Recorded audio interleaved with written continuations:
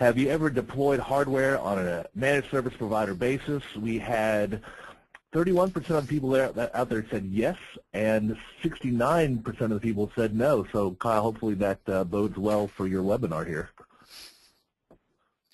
Let me go ahead, and before we get started, I'll introduce our guest here today. Our guest is Kyle Heath. He's a technical director with CSCM IT Solutions in the UK. Want to say hi, Kyle?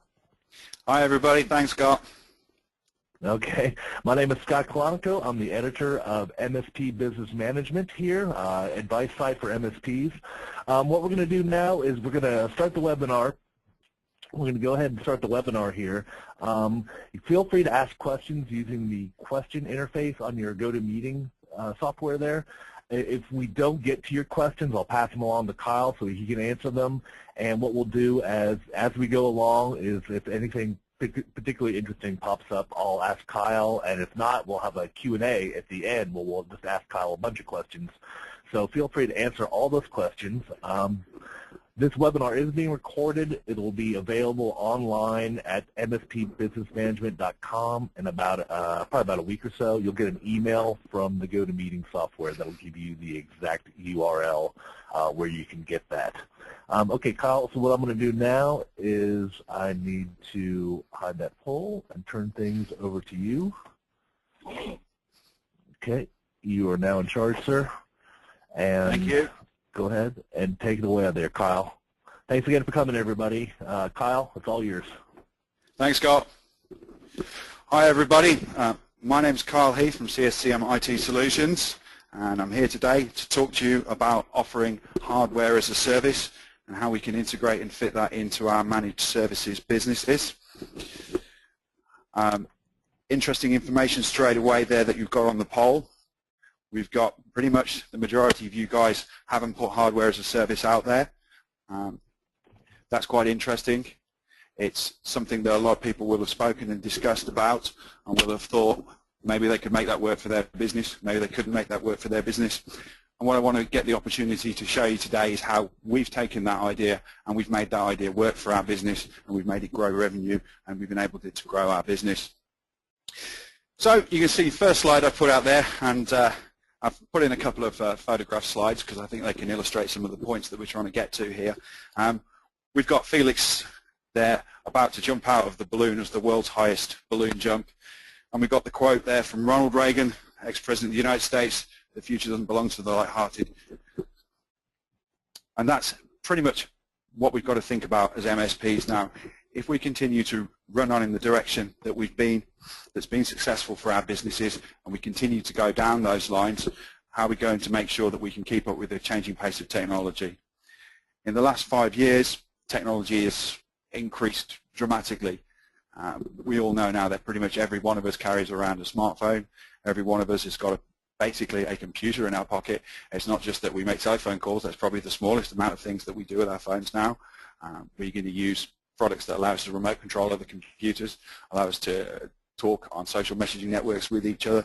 Technology is moving ahead at a tremendous amount of time. People are getting used to the concepts of it running 24/7.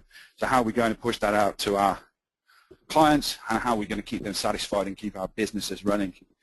Well, one of the first things we've got to do is think about taking different approaches. Can't keep doing the same things that we've done before. If we keep doing those, we're going to fall behind, and other people are going to come up, and they're going to move ahead of us. So we've got to think, look to the future. That's where we have to be brave. We have to be like Felix, and we have to be, almost in a way, innovators and pioneers. We have to be the people that rise higher than others and that take those opportunities that other people aren't prepared to take, and that's what's going to distinguish us. So if we go back to specifically the topic of hardware as a service, what it is and why we offer this to people. Hardware as a service really just means taking good old-fashioned bits of kit, as we called it, and providing it as a managed services to our clients.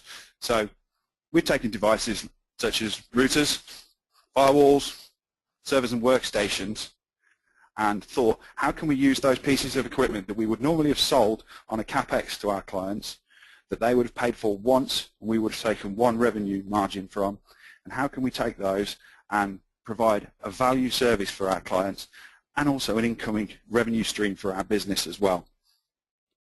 Hardware sales, as we know, really only got a one-time profit value for us. And as much as we like to make our margin and add value to our service when we sell hardware, it's pretty difficult to make the margins that were once possible in our industry, because insight is so easy for our clients to find. All they have to do is go onto Google, and all they have to do is type in a rough idea of what you're proposing, and they can get a price in seconds, and then they can beat you down on price, and you suddenly find that there's not much margin left with it anymore, and you're struggling in your business to make that price that you need to make. You have to ask yourself, who's going to supply this hardware anyway? It's going to be you. So if you're looking after this hardware, really you want to guide your clients in the direction of the best equipment for them and the best equipment for you to work on that you're familiar with, so that you can provide the best service to them. And that's why we look at standardizing hardware and management when we offer hardware as a service, so that you can take your teams and specialize that skill set on that hardware and specialize that information for them. And what that's going to bring together is the ability for you to be an expert on certain levels of hardware, push these into your clients as a service, and generate yourself a recurring revenue stream. And that's what we're all really here to do as managed service providers, is to take those monthly or quarterly revenue streams and build upon them for our businesses. So you might ask, why did we actually do this? Why didn't we? Don't just innovate because we can do, and we don't just innovate because I said it's been 2 years since this happened in our industry, let's do something different. It was kind of driven on by problems that we'd actually come into in our business. We were running into a lot of low quality devices at our clients that were connecting them to their internet connections. They were from various vendors, pretty much across 8, 9 different vendors, and these products probably came in at under £100, under $100 US, and they weren't really what I would consider to be commercial products for our clients. They'd need to be switched on and off maybe once or twice a week to reconnect an internet connection, and it just wasn't working out for them. So we had pain, as you would call it, at our clients. We had a cost in our team having to support multiple hardware devices. One guy knows this product, another one in the team knows that product, but we couldn't train our staff on individual items and get them up to the skill level that we want, because we just didn't know what product was going to come along. So we thought to ourselves, if we could have exactly the same product at every single one of our clients, that's going to be really great for our team. They can learn one thing and specialize, and we know that product works, and we're going to have a winning solution. Speaking to our guys in sales and how they work, and salespeople, and they were saying, hey, some of these CapEx sales are getting difficult to do. People don't want to put one time a year, put a budget in and buy a product at this point in time. They like this idea of managing their cash flow in their business, and they like the idea of how they pay their bills on a monthly basis. So I had the salespeople coming on one side and saying to me, can we do that? What can we do so we don't have to sell these big budget items? The final part that really then said to me, we can actually make this work, was the trusted advisor role. All of us got the best interests at heart. That's the key to a modern business and sales strategy. We need to make sure that what we are telling our clients they should use is really the best thing for them, and that's going to build a really trusted relationship with them. And if you've got a trusted relationship, people are going to buy from you, and you're going to maintain long business relationships. So it was at that point that we sat down and thought, we've got to come up with a solution here. Managed services is the way that IT is going in our industry. Let's see if we can bring some of the hardware into this and relieve that part of the stress that we've been suffering. So bring up another slide now, and as you can see, hopefully, we've got some Chinese lanterns being lifted up into the air. So I'm making a sort of reference back to Felix and the world's highest balloon, and basically saying that the beginning is the most important part of the work.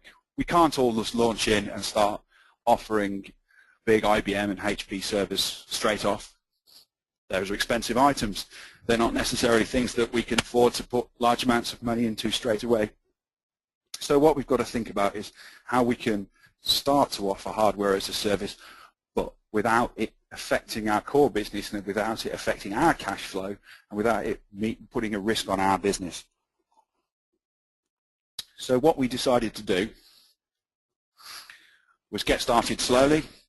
look at some areas where we could bring improvement to our business, and look at some areas where we thought we can pitch this to our clients, and it's not going to come in as scary, it's not going to come in as something too bold. They're not going to have to be the first people to do this. They're actually going to see the value and benefit. One of the key areas that we started to look at was we resell broadband services. So we resell connections to the internet here in the UK, and of course, as I'd said earlier, most of our clients were using their own hardware to connect to the internet. So there were various different types of hardware model that they were using, and they were pretty unreliable. And we thought, let's pick a model of router that we choose, that we know works, and that we can then deploy.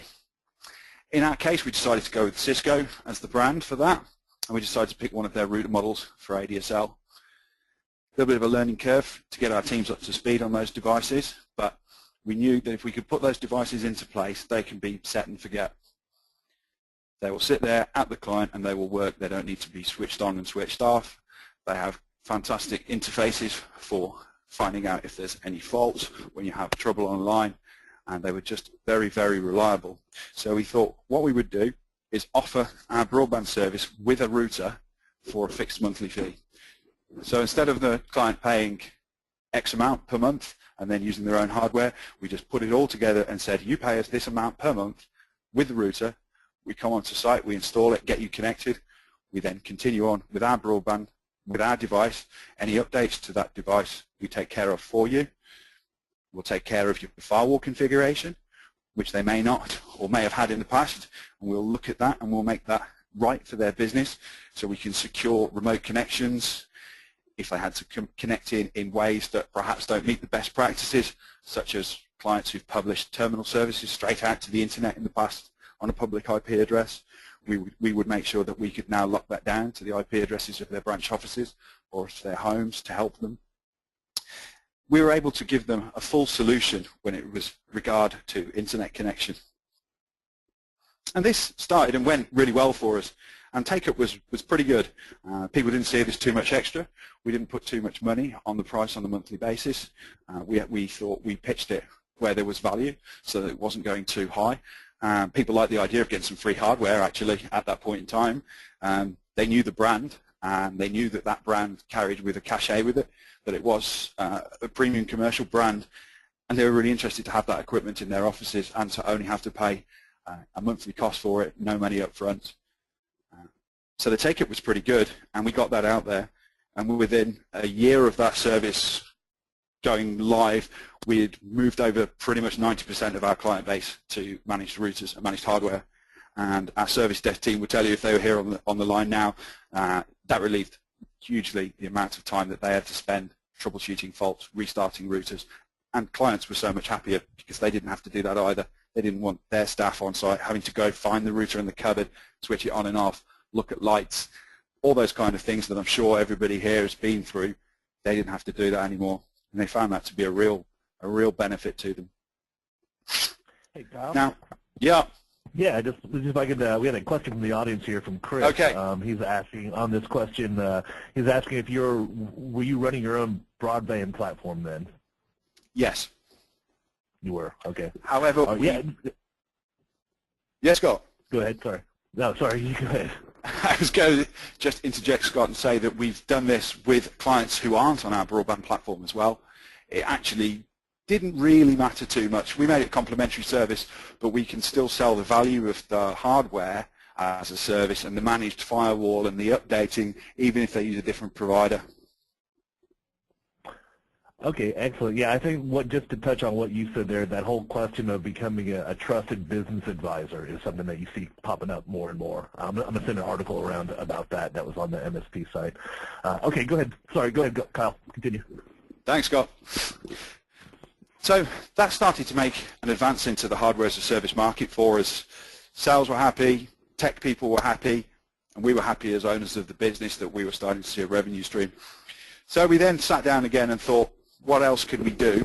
How else could we bring further hardware into this managed services way of working? What we did was we looked at clients who'd got hardware that was maybe over 5 years old, and we got some of these. Not every business either does keep up to date because they want to or have to, or they've just found that market conditions have left them with hardware that's fairly unreliable and is old, and they suffer from problems of machines going very, very slowly, rebooting, overheating, those kind of problems, but they're not in a position to make a large expenditure on new hardware. We looked at what we had as a business, and probably most of you guys will probably see the same thing. We had reconditioned hardware that we had in stock that we'd taken back from other clients, that we bought as reconditioned equipment for loan purposes, and we reviewed some of this equipment and actually thought, you know, this can be used to support our clients who need to replace their servers now but aren't in a position financially really to do so. So we use virtualization to improve this service. We would take a server and install, for example, VMware ESXi, which is our preferred platform for virtualization, which is on a free license, and we'd install that. And then we'd look at our client site and we'd take out our server to them and say, we can convert your physical server onto our server at minimal downtime, out of hours for you, for this very small cost per month, and we'll actually include the transfer over for you at that as well in that monthly cost. So we're not going to actually even charge you to do that. The reason being, we know your business needs hardware. We have it. We can offer you it on a monthly retainer basis, including support from us on this hardware, which we will monitor for you. And then when you're ready and the right time comes for you, then you can look at purchasing actual new hardware for you. So we started to roll that out to several of our smaller clients, and it went brilliantly. We put the servers on site, we supplied our own UPS devices to them, again using some reconditioned equipment, sometimes using some purchased equipment, put these on client site, converted their old equipment over, took that off site for them, and gave them what they were after, which was reliable business service on their IT. And that really is what brought them into the solution more than anything else, is that we realized that running their business was the most important thing, and that we had their interests in keeping their business running at heart more than any sort of traditional, I'm looking to sell you this box or I'm looking to sell you that piece of tin, as people say. What we were thinking about is, how do we keep our clients' businesses running? That's where the real value is, and they'll value us as their trusted advisor if we do so. Further down, just on this slide, before I switch over to the next one, we've offered managed firewalls to baseline and EFM circuits, as we call them. So these would be in the US your high capacity internet connections, your T connections and upwards from there. And what we looked at doing here was taking dedicated security appliance products and offering them to our slightly larger client base. So I'm thinking of clients who've got maybe 30 plus workstations, those kind of enterprises where people are connecting in, they're connecting out, and you can't just have a smaller DSL router at the gateway. You need to have a product with secure firewall. So we looked at those products and we put those in and offered those again on a monthly service, and they were slightly more money, but the great thing about when we were putting those into people is we would show the value in those products and explain to them that, again, they didn't have to spend over £1,000, $1,000 on a piece of hardware, that we would absorb that and we would provide that to them, but we would ask them that they would agree to a term on that. So as you would do with an internet connection, there's a minimum contractual term on that, and you make sure that the minimum contractual term that you offer it over is going to make sure that you can see your money back and see you back into profit before that contract is up, so that if a client decides for whatever reason that they can no longer use your service, you're not going to end with yourself at the cost, that you've covered yourself in that way. So we had to think a little bit and change a little bit as we went on to some more of the more expensive products. And finally on this, what we did to get started, we bundled NAS storage on managed backup services. Managed backup services, we take care of the entire backup on the client side. We take care of the application, how it's managed, how it's monitored. We back the files off to NAS storage, our hardware, and we replicate those over the internet to different data centers and locations. And again, that's mostly a software as a service type solution, but we just added a little extra bit of hardware, which was our NAS storage, so our clients didn't have to go and find some disk space to store it on. They knew that that was taken care of. It was all in one part of the service. Okay, switched over to next slide here, and we're going to see a bit of an interesting photo there, but what I'm trying to get across here is about combinations. It's about bringing together services that complement each other. And what I've got here is some toast with Marmite, which is a UK, really a UK and Australian thing with peanut butter. And I guess it's a fantastic combination in some way that some people would say jelly and peanut butter is. Well, Marmite and peanut butter is a great combination. And that's what I'm trying to sort of get across here. You have to combine the patience, persistence, and perspiration, and combine that with quality products to come across with something that's going to bring you success. Kyle? Yeah. Yeah, we did have one, Sure. Skylar from the audience chimed in. He's not really sure if Marmite and peanut butter is yummy or not yet. So that's still... Oh, he's got to try it. Okay. It's awesome. All right, thanks. All right, continue. Okay. So what I'd like to talk to you guys now about is a little bit more detail about some of the specific areas in what we did with hardware as a service with our clients.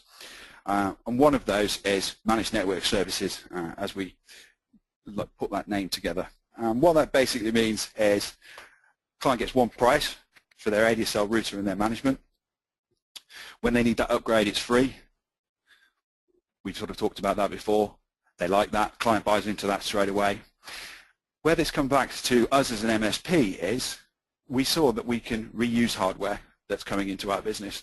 One of those was we'd take a client and they'd have an introductory internet connection hardware device over a year, and then as our relationship grew with them, they decided to invest in another broadband connection because they liked the idea of a failover in case one went down.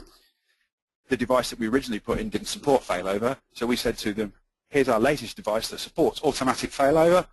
So what we'll do is we'll take out your original piece of hardware, we'll put the new upgraded, improved, larger piece of hardware that connects to two DSLs at once. We'll configure all of that as normal. We'll put the firewall as normal. We'll configure automatic failover for you, and all you do is pay X amount extra per month. So we put bigger and better solutions in, and we just put up our little monthly retainer a little bit for them, and then we get back a piece of hardware. And what we did then, that hardware belongs to us. We can reallocate that to another client who is starting out with a new DSL connection. The great thing there is there's no CapEx for us now because we already own that hardware and we're selling the service. We're not selling specific hardware any longer. So our client doesn't have to worry and say, well, hey, that router's not brand new, or hey, that device is 12 months old. What we thought was if that device is fit for purpose, if that device can give the service that our client expects and deliver in the way that they expect, then we can continue to use it. And that's what we did. And we thought, you know, this is going to work over a 3-year period of time. We're going to have an initial CapEx for the first batch of clients that come through, and then as our sales team talk to them about ways that they can improve internet connectivity, where they can offer failover, we're going to see an upgrade path come through, then we're going to see the hardware come back, then we're going to reutilize that with new clients, and then we're going to make more profit because we haven't had to buy it twice. And that's really where we were getting at with the CapEx falls as client base builds. And that's an economy of scale that really worked out for us, and we now carry somewhere in the region of 40 to 50 of our base DSL units that have probably been around with us for about 3 years now. And finally they're coming to the end of their useful life at 3 to 4 years. As technology changes, they can actually no longer support the DSL connections at the base level. And what we do at those points is either put those out to pasture, to some charitable organizations, or some of them we just put out there on eBay and let other people get the opportunity to pick up some what would have been considered more expensive hardware at home for students and young people to try and learn from. The productivity inside our technical department has increased dramatically because we standardized. Our team have had the ability to focus on specific devices and on specific configurations in our devices, and that's began at the tier 3 level where we've got the more technically qualified guys and they've developed the solutions, but they've been able to then document those and pass those down to the tier 2 and tier 1 guys who sort of get at the front end of things when faults are happening, and they've been able to understand more complex issues, so that's developed them internally, and it's made it easier for them to know what a fault's going to be. They know that if it's this type of client with this service, it's going to have that type of router, and they've got some documentation to go at, and they know what to expect, and they get more confident with those pieces of equipment, and we find that they've then got more time to do different things in our business. We can sell more services and products, and we can prospect for more clients and grow our client base because we have the more ability to do more with less in our technical department. Next area, as I talked about before, was managed server services and using server hardware. One of the keys that I said was to utilize reconditioned hardware. Now, some of that was hardware that we'd actually brought into the business ourselves, whether it be hardware that we'd had and then upgraded ourselves, hardware that we'd got back from a client at an actual CapEx upgrade. And recently, in the last 2 years, hardware that we've actually sought and bought directly from vendors who are specifically selling now reconditioned hardware. Reconditioned HP servers, for example, that may be 2 to 3 years old, that may carry Ultra 320 SCSI disks, the big 3.5-inch disks. I'm sure most people remember those big spinning disks. Well, some of those servers can run a virtualized solution really, really well. They can run 1 or 2 servers with no problem whatsoever, and you can pick those up for $150, $200 on eBay with 3 to 6 months warranty. So we pick those up for a very reasonable cost. We utilize a virtualization platform, and then we talk to our clients who've got the problem with older hardware, and we have the opportunity then to use our skills in virtualization, our skills in converting physical machines to virtual machines, put them onto that box and offer them to them at that monthly retainer, bring value to them, and give them a complete hardware and software support in one package, which is the key to what we do as an MSP. We're providing that managed service. Again, the ability to reduce your costs by maintaining one hardware vendor is advantageous. You can specialize in Dell, HP, IBM. We've all got our favorites that we like to work with. We picked ours, one of the major players. It was fairly straightforward for us to buy reconditioned hardware from that vendor. Again, I could make sure that our tier 3 guys develop the correct approach in monitoring, in using things such as out-of-band management on servers. So if something goes wrong, you can get to it via an internet connection and you can see the server when it's on and off. And then they develop these solutions and pass down the documentation to our support teams. And the guys then have got less to learn. They've only got to learn one certain vendor. They've only got to learn one set of rules with a server. And that just makes them more productive and makes it easier for them to support equipment. That means it's better for us. We can do more with less again, and we can continue to grow the business and make more profit. And what I'm sort of ultimately getting at is that you're going to sell that service and not the hardware. You're trying to pull people away from the concept of what hardware is. You can kind of see it in the mobile phone market. Some is like iPhone, some is like Android, some is like Windows Phone. But ultimately, that's just like a bit of personal preference on a brand.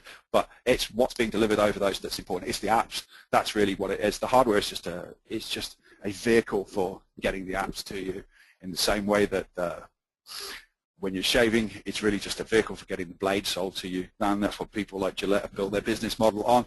And this is the direction that we could see IT going, that we've got to talk about the service and not what the specific hardware is any longer.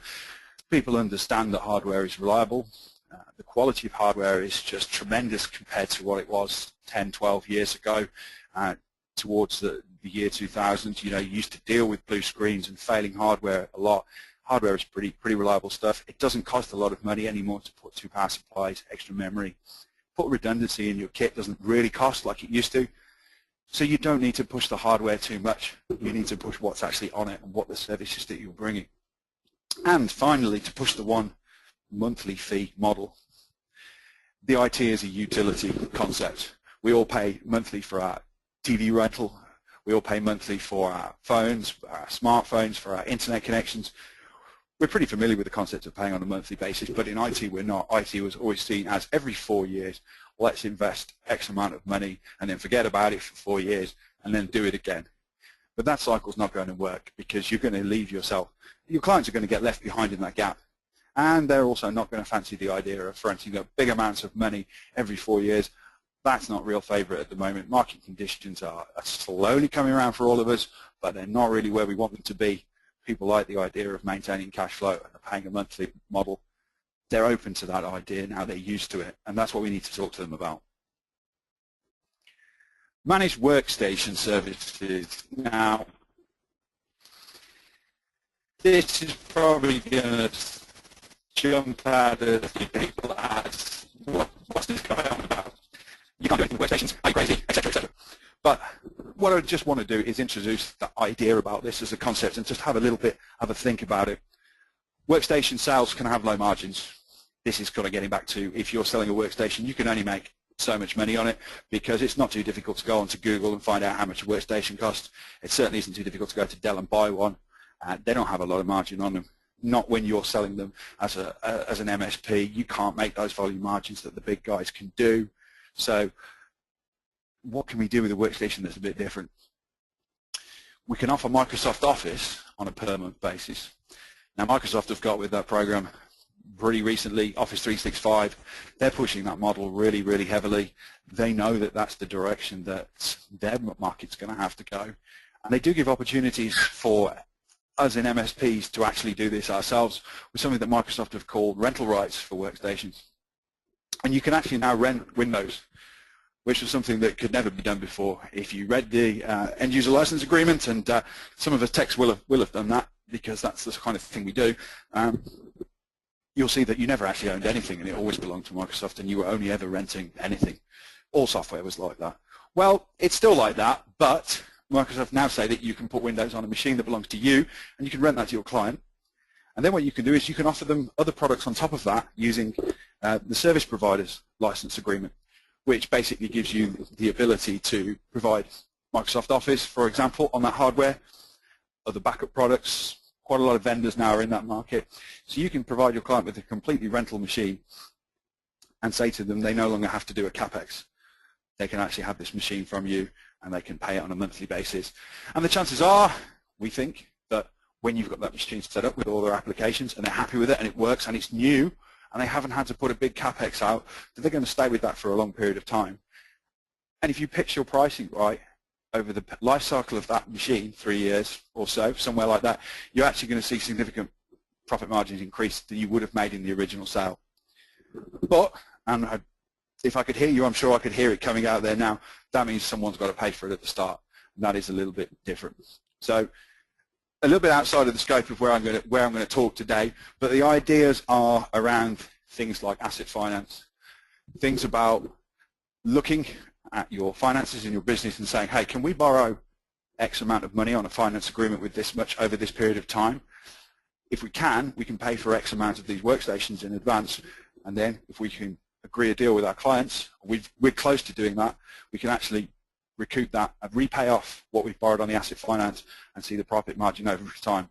So it kind of brings into financial directors in your business, the people, if you're the business owner, you're going to have to get your spreadsheets and your calculators out, but it's there, it can be done, and we have done it, and it's proved to be a very successful solution for those clients that we've implemented it for, because they come to us and said, we've got old equipment, we can't do this. We've advised them, if you have this service from us, it's going to really suit you for 3 years. You've only got to pay it on a monthly basis, and it's worked out great for them. We've just done it carefully and diligently at our end, and they've really trusted what we've given to them, and they've understood that what we've offered to them has meant that their business can grow as they want to, in the way that they wanted it to, and that's made them really sticky to us. They really trust us, and they really value what we bring.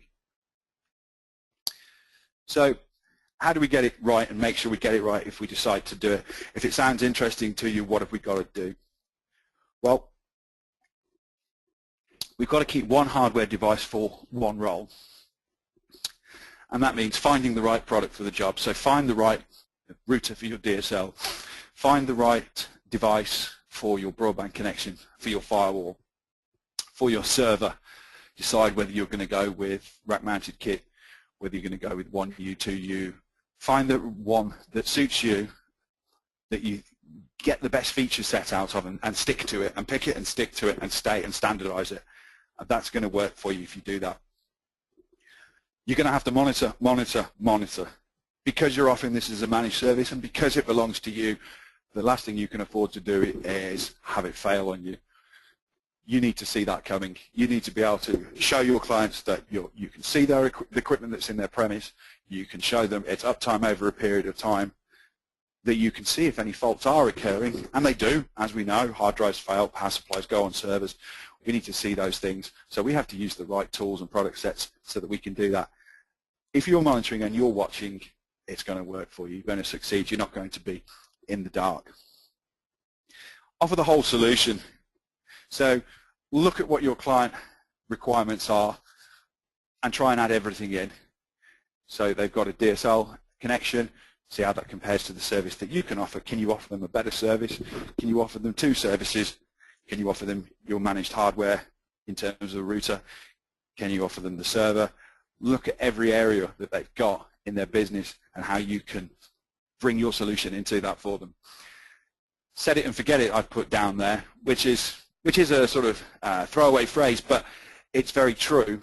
With the right equipment, you can set it and you can kind of forget about it. You're still monitoring, so you tech people, you're always keeping an eye to make sure it's working, but you can just make notes in your sales that this client has got this equipment, it's going to be this long before we look at the next piece of equipment, bring it into your sales cycle, but you haven't got to worry, is something going wrong on this site all the time? Oh, they've got this piece of hardware that I don't like that's going to go wrong on site. You've got the reassurance that you know your equipment is good, you know it's set the way you want it to be set, that's proven, so you can, in a way, forget about it and leave it. Recondition and reuse your hardware. I've pushed and pushed on this already so far in the webinar. It's just really important. Every piece of equipment that comes through your business that you have the opportunity to reuse should be reused. We're selling the service now, we're not selling the hardware. As long as it's your equipment and it belongs to you and you've chosen to recycle it on behalf of your client and it's no longer needed, it can then be used again for somebody else to add value to their business and to bring as a service. And it comes back to that, to be always selling that service. That's what's the most important thing, is always to be thinking about your services, what you bring, distinguishing you from boxes, from products, from vendor brands. It's all about what you bring, that gap in between. That's the part that makes your clients choose you. Well, I guess we've probably got to talk about how to get it wrong. That's pretty important too, what not to do. As I've said, don't provide multiple vendor solutions. Pick one product and stick to it. Don't allow the client to buy the hardware no matter how much they want to buy it off you, because they will, because that's what they've been used to. This comes to a little bit of you thinking, this is what I want for my business, this is the direction I need to take it, and you've got to sort of stick to your guns, and you've got to come round when they say, I want to buy that, no, I don't like the idea of the monthly model. You've got to show them the value and explain to them why this is the right thing to do. So don't let them buy the hardware. If you don't offer any complementary services, it doesn't make your client sticky. So if you don't sell broadband and they have broadband, try and find out if you can sell broadband. It's pretty easy to get white label products on that. Most services have got white label products. Find a vendor, get together with them, and then offer the complementary services and make your clients more sticky to you. Don't reuse hardware. Well, I've said on that one as well, you've got to reuse everything. If it's good and it works and there's no problem with it and it's fit for purpose, use it. It doesn't matter if it's a couple of years older than somebody else's equipment or if it is a piece of equipment that's got an older type of hard disk in it. As long as you can use it and you can carry the spares and you can make it fit for purpose, use it. Don't forget about making some money. Don't forget about your margin. Always make sure that when you're in the sales side of things that the figures add up. That's really important. You can get carried away, spend loads of money on putting the hardware at the start and not make enough money over the period of time to see your benefit. You want to be making back the cost of your equipment within 3 to 6 months, depending on what hardware it is. But really don't let it go too much more than that, because then you are putting yourselves at risk. And don't forget to show the client the benefit. Don't forget to have a chat with them when you put this service in after 3 months and they used to have problems with hardware failing, or they used to have to reset their router. Don't forget to revisit with them, bring a coffee and say, hey, how about that uptime that you've had? How about how great that's been, that server's been up and running, and that's that really old Windows 2000 server that you knew you had to get rid of? Well, since we put it on that virtual hardware, we put it on the hardware, we virtualized it, it's not gone wrong for you, so where do we go now? What should we do next? And they're going to listen, they're going to like it when you say that. So, brought up another one of the picture slides for a classic product, WD-40. And what we have to think about here is that sometimes you don't have to get it right first time. We all have to dip our toe in the water, we all have to think about how we actually do it. It took them 39 attempts to make that product, water dispersant number 40. So they failed 39 times before they got it right. And that's what Henry Ford's kind of saying there as well. The only mistake we make is the one that we don't learn anything. Have a go. If it goes wrong, readjust. Have another go. Keep coming back. Don't give up. do it more than once. Try. Work with a client that's open to new ideas and a bit flexible if you want to get started, but don't give up on the idea, because sometimes it takes us 5, 10, 15 goes to get it right. But when we do get it right, that's when you can really push it out and really scale and really push it to all your clients. And another one of my sort of favorite ideas is around the Kalashnikov rifle. Mikhail Kalashnikov was given a task to make a simple rifle that could be used in warfare, and he created a rifle that today is still synonymous as an image. It's an iconic image. And what he said was that things that are complex are not useful, things that are useful are simple. And his gun was simple, and it could be pulled apart into three pieces. It fired underwater, it fired in sand, it fired in mud, it never broke. It was simple to use, and it was useful. And that's what we have to think about when we're selling hardware as a service. We don't want to overly make it complicated. We do want to keep it simple for our clients. It might be technically complicated in the back end for us as MSPs, as technicians. We might actually have quite a clever situation to do a virtualization solution with a managed backup that replicates over the internet at X amount of interval. Actually, that's pretty hard to do, but that's what we do. But for our clients, we keep it simple. You just have a device from me that runs. When it goes wrong, I fix it, I monitor it, and your backups are off-site every day, and I can show you how they are. And if the worst came to the worst and someone stole that equipment, I can come back and restore it for you in this amount of time. Just keep it simple for your clients. People like simple. They don't like complex. Why would my client want to do something like this? People might sort of ask and say, it all sounds pretty interesting and it sounds pretty good, but I think I'm going to have a hard time convincing people that they're going to go ahead and do this. We just need to talk to them about they don't have to spend big amounts of money every X amount of years. You're going to bring them down to the model that they're familiar with, which is paying on a monthly basis. They're going to really enjoy the fact that you're going to take care of all those upgrades that you used to bill in for them, and you're going to include those, so they don't have to. You don't have to sell that bill every X amount of time when the upgrade comes along. You've already included that. You've done the sale once. You don't have to do it again. Client likes it. Their accounts department pays on a monthly basis. Their cash flow is easy. They get a regular bill. It's not really going to change much on a monthly basis. It's going to be a fixed cost, so it's just going to go through and get processed pretty easily. The client's got one point of reference, particularly related to comms and other areas such as communications, because they just want to ring up one help desk. They don't want to have to ring your help desk or ring you, and then your people say, oh, well, you can't speak to me, you have to speak to AT&T or BT. And if you're providing all the services, they just ring your guys, your team, and you take care of all of it for them. And people really like that. They just want to go to one place. You're moving away from break fix, which is where we're all hopefully going. We all realise that the days of being rang up and told it doesn't work anymore isn't going to work. We have to tell our clients it's not going to work at X amount of time, or it's about not to work. It's about us telling them what's going to happen in the future. That's really important. And it's complementing managed services that you're doing with software. It's going to complement the things that you're doing. Hopefully you're doing with the GFI Max products.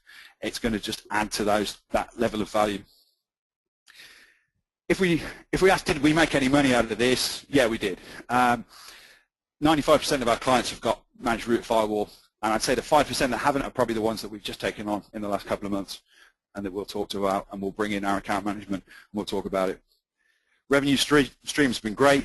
We have great amount of money that comes in every month now into our business that didn't used to, and we know it's coming in, and we can predict it, and it's good profit that we can then grow the rest of the business off, knowing that we have that. Our support team's costs have gone down in training, and their happiness has gone up as well. I haven't put that in the list, probably should have done, but they're not watching over my shoulder. But yeah, they're all a lot happier now because they got documentation and instructions to follow, and they know what's going to come up every day on the phone, and that makes their lives happier. Selling a package is more profitable than a one-time deal. Again, it sort of comes back. It's kind of obvious. Money's coming in every month. That's better than the one-time deals. You can predict your cash flow. You can predict your forecasting. You can see where your business is going. Improve client stickiness, not just because they like you, because you're an awesome trusted advisor and you told them the right thing to do, but they're actually kind of sticky to you because they have to be, because they're using your services, and they can't just like say, hey, get out, because they got so many things from you. You're really close to them, and if you've got that relationship with them, they're going to stick with you, not just because they have to, but because they know it's the right thing to do. So that's really helpful for you as well. And we've grown it year on year in the business, and we're continuing to do so. We're not going to stop. And looking for our opportunities to do this. I'm going to kind of finish up now and just leave on a slide of Steve. I think we all know he's a pretty inspirational guy, heading up and down life, and was certainly a very, very important person in our industry over the years. And one of the things he said was that innovation distinguishes between leaders and followers. And this is kind of what you're looking at now. It's your opportunity to innovate in your market, in your area. It's your opportunity to distinguish yourself from other people and to say, I'm not a follower, I'm a leader. It's your chance to get out there and sell something and add value to your clients that other people might not be doing. Move ahead of your competition, grow your businesses. We all grow our businesses. That means we're going to have more time, we're going to have a bit more money, we're going to have a nicer life, and that's kind of, I think, what we're all in it for, to say that we did something and we changed something, we made something happen. Scott, I think that's pretty much me finished on that.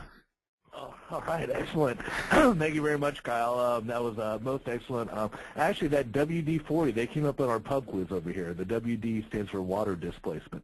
If That's the one, yeah. On your pub quiz over there. If you could just advance to the next slide. Before we get to the Q&A, just a couple quick announcements, everyone. Yeah, my name is Scott Kalashnikov. I'm the editor of MSP Business Management, mspbusinessmanagement.com. That's what the website we run, where you can find marketing articles, sales articles, templates, advice, videos, white papers on how to run your MSP business. And if you do one more slide there, Kyle, we do these webinars once a month. And so we've got another 2 coming up. I'll put that up on the URL there. Our next one is the 5 secret roadblocks to keeping you from your marketing goals with Herman Poole. That's going to be next month. And then in April, case study, Managing Mobiles for Money with Mr. Chris Martin. He's going to come back and help us out here. So that'll be good. Okay, as I said, and to answer everyone's other question was, yes, this is being recorded. It'll be the slide deck and the webinar will be available. You'll get an email from the GoToMeeting software. And it'll also be on our iTunes account. I sent that around to MSP Business Management. Okay, Kyle, you ready? Yep. Okay, we got a lot of questions here, and let's see. Okay, let's start off with somebody had some pretty practical ones here. They're all really good. Okay, it was a couple of people were asking about the SPLA. There it is. Let's see what it was. They're basically asking, are the workstation rental rights different from the SPLA? Okay. They are slightly different, yes. The SPLA, the Service Provider License Agreement, is primarily there for you to offer products such as Microsoft Office on a monthly rental basis to your clients. So you're going to get charged X amount, maybe $1, $2 a month for a certain part of the suite, and then you can offer it on with the value at X amount per month.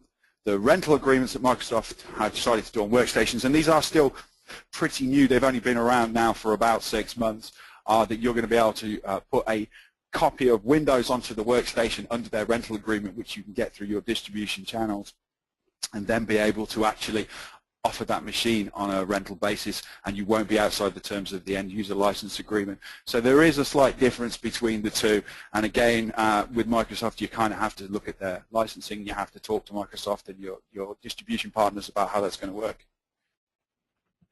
Okay, excellent. Chris had a question here. We actually pointed out that this is for the Q&A, so I'd better bring it up for you now.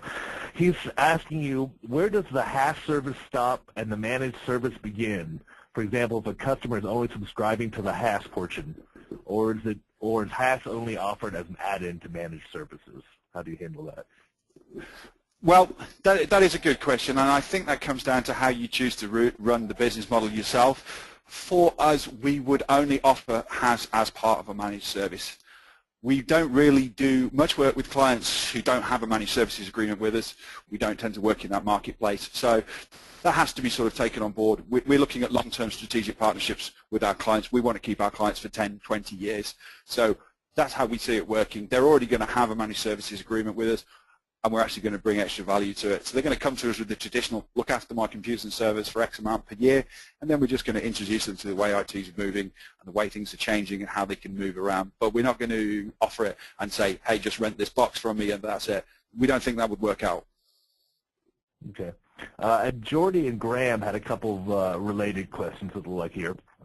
They're asking, how do you finance the initial purchase of the hardware, and then how long excuse me, and then how long does it take to recoup the initial outlay of the router or equipment? Okay, with the router equipment, firewalls, those type of devices, we purchased them outright at the start, and yes, we did have to have some profit in the business to do that. And we made sure that they were paying for themselves within 6 months. But we made sure when we initially started the project that our client signed up to a 12-month agreement on it. So we knew we were going to get our money back, and we knew we were then going to make 6 months of profit on it. And what we often found was when that service had proved itself after 12 months and everything worked brilliantly, you just carry on renewing. You don't go and sit down and say, hey, do you want to do another 12 months? You just keep renewing, just keep billing in, just keep your relationship strong with your client. If they haven't told you that there's anything wrong and they don't want to move away, then why would they? So we just keep it running that way. I take the point on having to put some money up front, which is where I kind of touched on asset finance. And if you're looking to do this with maybe workstations, you might want to look at some asset finance. You might want to look at borrowing some money over a period of time with a certain interest rate and then calculating how much you can get back if you put it out to your clients at that period of time and make your profit. So you've got to do some math on it, but we think it's still plenty viable, and it doesn't have to break the bank to do this. Yeah, I think that's kind of like a lot of people or service providers are becoming more aware of the whole of the concept of stickiness, of getting a customer and the client and keeping them, involved with your business in a way like that. Yeah, yeah.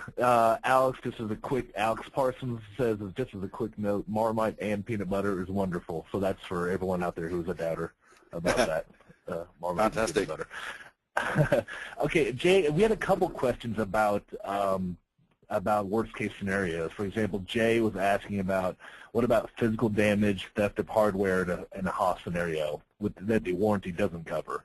And somebody else is asking also about insurance. Like, how do you handle that? Is it covered by your insurance, by the client's insurance? How exactly does that work? Okay, well, accidental damage. We treat accidental damage in the same kind of way that we probably would have treated it if the hardware had belonged to the client. You have to have an understanding and a relationship with the client that if accidental damage does occur, that someone's going to be responsible for it. Now that's going to come into your managed services agreements that you have with your clients. You've got to have the T's and C's on paper. You've got to have this stuff put down. It doesn't cost a fortune to get a lawyer involved and look over the paperwork that you've done and get someone to draw it up for you, but you need to make sure that you've got that covered, and that when you are talking to your client about the services, that they understand their responsibilities as well as part of this, and that if something was to occur to it, that they've got responsibility to make sure that that equipment's covered. Insurance is a little bit more of a difficult issue because it depends on who you are, where you are, your geographical location, and how you work that. We looked at an insurance policy that would mean that even if our equipment's off-site, it's covered under insurance for certain amounts of theft, fire, flood, damage, those kind of things. So we agreed that with our own insurance broker, but that was something that we had to do specifically directly, but it wasn't something that, again, was prohibitively expensive at all. It actually worked. It actually turned out to be something that we could just add in as a small bit of cost on a monthly basis, but it more than paid for itself. Okay, on that kind of, Chris was asking, on that kind of same subject, are you doing credit checks before using hardware as a service, or how are you handling that? Yeah, that's a really interesting point, and yes, we do. We do credit checks on our clients before we enter into business with them in that sense. I mean, that's absolutely a sensible thing to do. If somebody's got no money and the reason they've got no money is because the business is about a month away from being in administration, yeah, you need to know these things. So you can get credit checks online. You can get a relationship where you buy X amount every month. They're not really that expensive. They're pretty important to do, and yeah, we do them. I'll put one out there for a website for those in the UK called duedeal.com, which gives you a chance to look at any client's published accounts for free. That's not been something that anybody's been able to do for a while, and you can do that now. I thoroughly recommend using that website.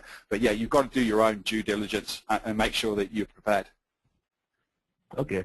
Okay, kind of on Paul had he was wondering to know, have any of your clients disappeared overnight with a kit? No. It's the simple answer to that. No, they haven't, because we have great relationships with them, and we know the people, we know what they're about, we know that they're a solid business. Okay, excellent. Chris was asking kind of along those lines, in a little bit better light. He's asking who determines when the equipment is going to get replaced. For example, what if you have a customer that requests the latest and greatest equipment every year? Okay.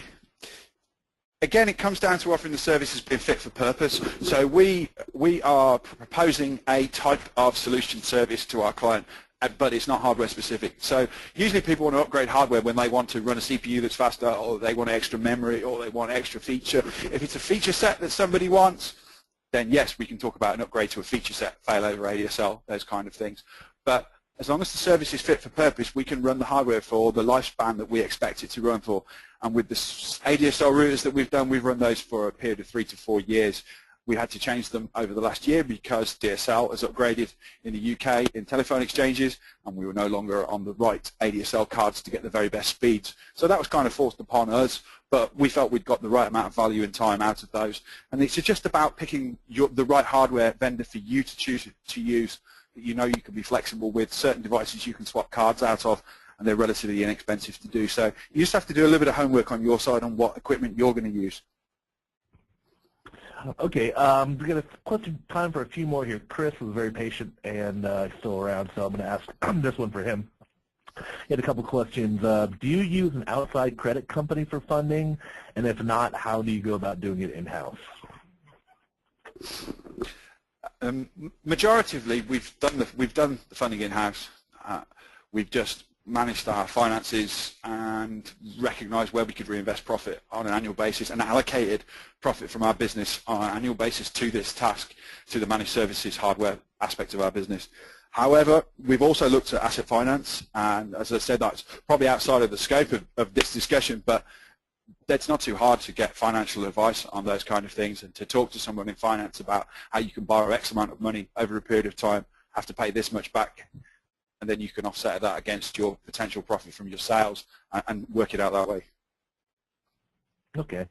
Jason's at wanting to know what are the terms of your contracts? What is the term? I guess how long are you offering a year on most of your contracts then?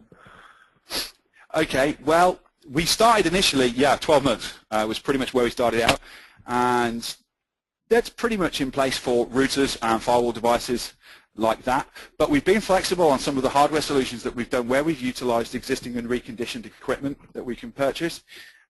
If a client's got a situation where their hardware is pretty much about to blow and they just can't afford to replace it right now, we will utilize a piece of reconditioned equipment that we can purchase from a vendor or a reconditioned vendor on eBay, something like that, and we'll actually put it to them on a monthly basis.